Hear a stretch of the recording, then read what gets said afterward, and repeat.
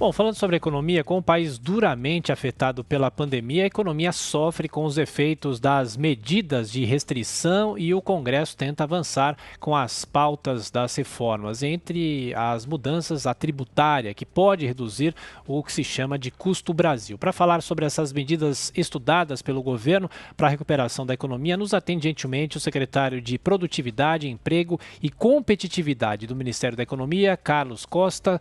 Tudo bem, secretário? Mais uma vez, muito obrigado por estar aqui conosco na Jovem Pan. Imagina, eu que agradeço a vocês, parabéns pelo programa. Nós que agradecemos. Secretário, desde sempre eu ouvi falar de custo Brasil, que a situação não muda. Qual seria, nesse momento, a reforma prioritária, a gente falava sobre a reforma tributária, para que finalmente os investimentos sejam atraídos pelo Brasil? Claro que o momento é difícil, é um momento de uma pandemia, todo mundo está com o pé atrás, mas qual que pode ser o primeiro passo para que isso mude? Olha, quando nós começamos o governo, nós criamos uma metodologia junto com o setor produtivo para finalmente calcular o custo Brasil, porque muita gente falava, mas o custo Brasil ainda não tinha uma definição e um cálculo. Esse cálculo é muito importante porque nos permite estimar o impacto de cada reforma, de cada micromedida também, que são centenas que precisam ser feitas e muitas centenas que também já foram feitas. E o cálculo chegou a espantosos 1,5 trilhão de reais por ano. São bolas de ferro nos pés dos nossos empresários. A partir dessa estimativa, nós começamos a implementar dezenas, em alguns casos centenas de medidas, e já reduzimos mais de 10% o custo Brasil, com desburocratização, com o cadastro positivo, com lei de falências, com várias outras que são muito importantes para o setor produtivo. Agora, olhando daqui para frente, nós temos uma lista de prioridades que tem o potencial de reduzir, até o final desse governo, a metade o custo Brasil. Isso tem um impacto extraordinário. Só você imaginar que se a gente conseguir reduzir a metade, são 750 bilhões de reais por ano que chegam no bolso dos nossos empresários, porque eles deixam de gastar com uma série de parafernálias que foram sendo acumuladas nos últimos anos. E olhando para frente, respondendo a sua pergunta, aquilo que tem mais impacto é a reforma tributária.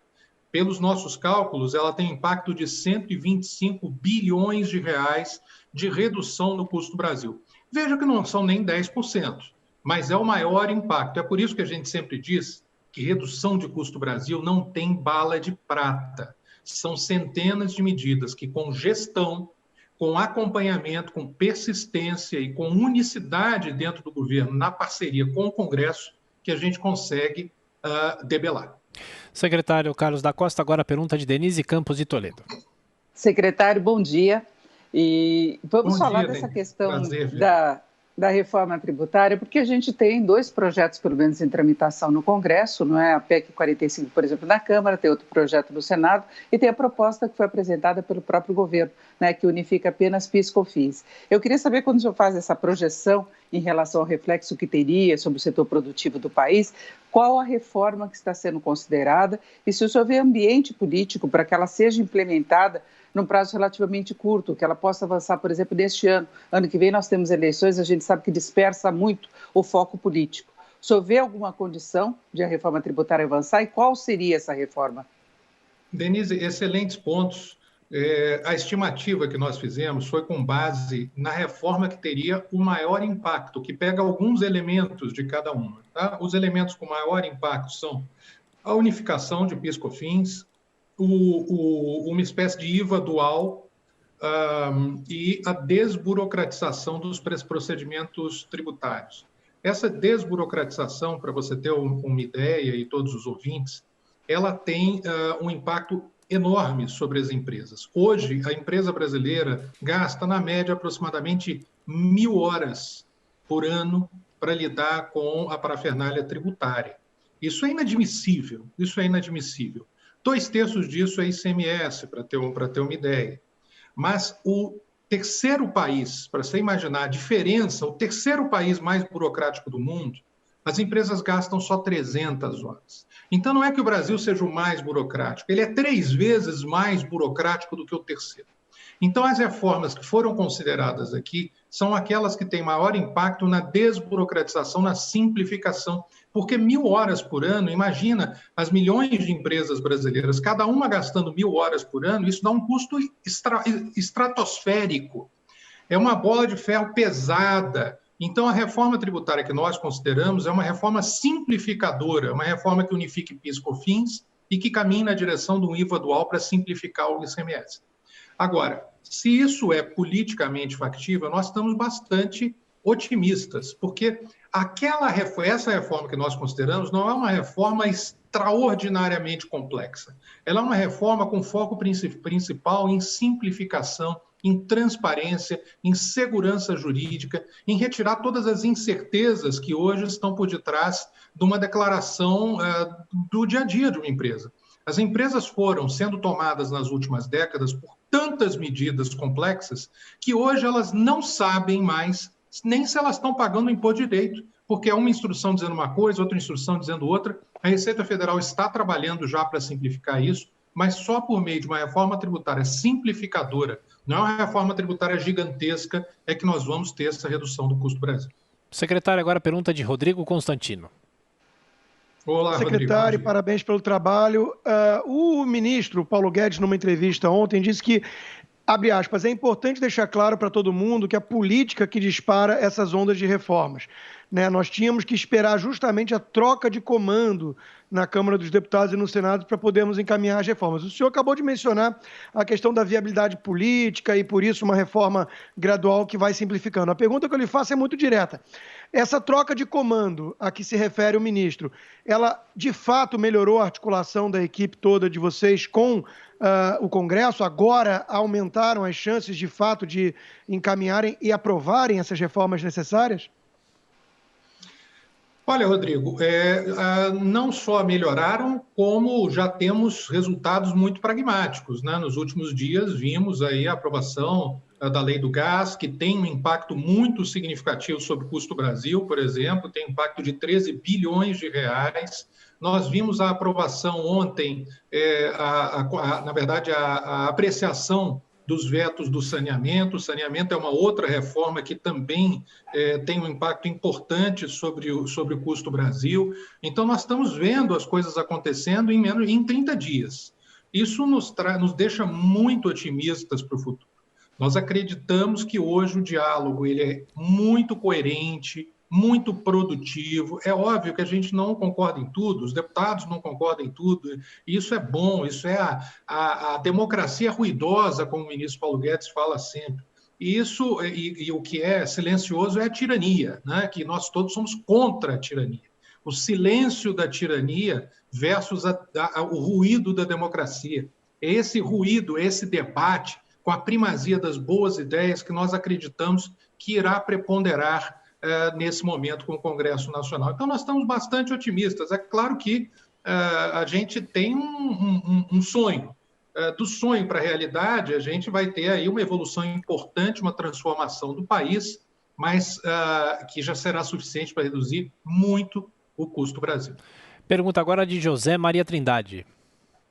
Perfeito, secretário. Esse diagnóstico aí do chamado custo Brasil, esse monstro que muita gente não acredita nele, que ele existe, né, de quase 130 bilhões de reais, ou seja, um pagamento de um salário emergencial inteiro, né, muito. E vai desde estradas mal conservadas, inexistentes, formação da mão de obra do Brasil, é uma lista muito grande mesmo. Mas focando aqui na reforma tributária. Eu, secretário, sou do tempo lá que eu cobri a reforma tributária, desde o Mussa Demes, Germano Rigoto, Sandro Mabel, e vejo sempre dificuldades nos estados. Eu queria saber como fazer para convencer os governadores de que eles não perderão recursos com a reforma.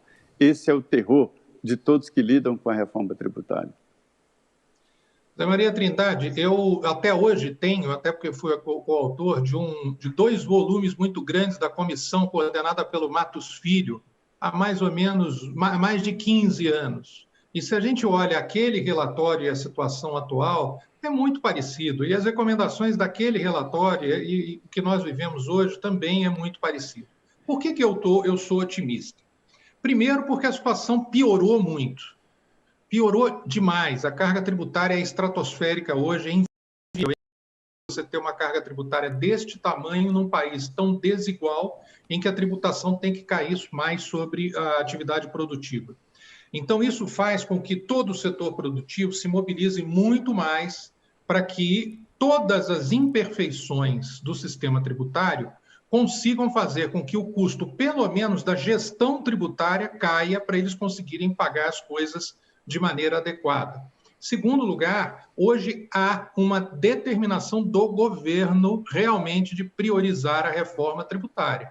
Eu não vi nos últimos anos uma determinação tão grande assim e do Congresso Nacional, porque o Congresso Nacional é a casa que representa todo o ruído democrático, digamos, e agora a inviabilidade do nosso sistema tributário, ele grita mais do que ele gritava antes. Então, eu acredito que o sistema hoje político, ele é bastante condizente com uma reforma tributária e os governadores também precisam disso.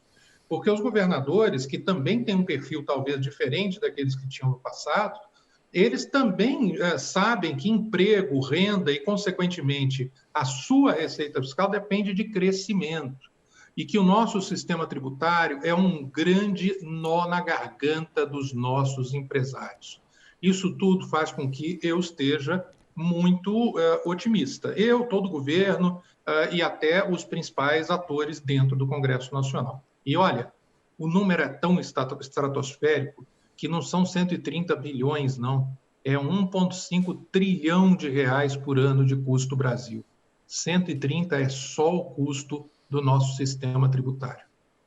Ô, secretário, e não é só o Zé Maria que está velho, não. Eu me lembro muito dessa reforma do Mussa Demis, que na época foi taxada de colcha de retalhos. Bom, nosso tempo está terminando aqui. A Denise Campos de Toledo faz a última pergunta. Denise.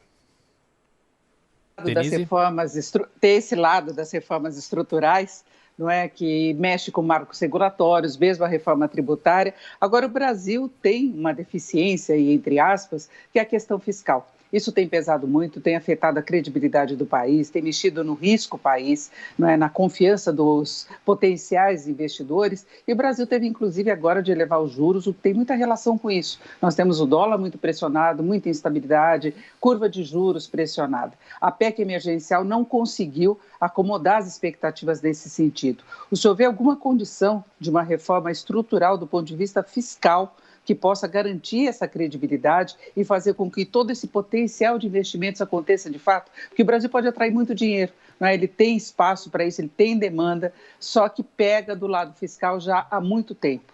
Dá para virar esse jogo?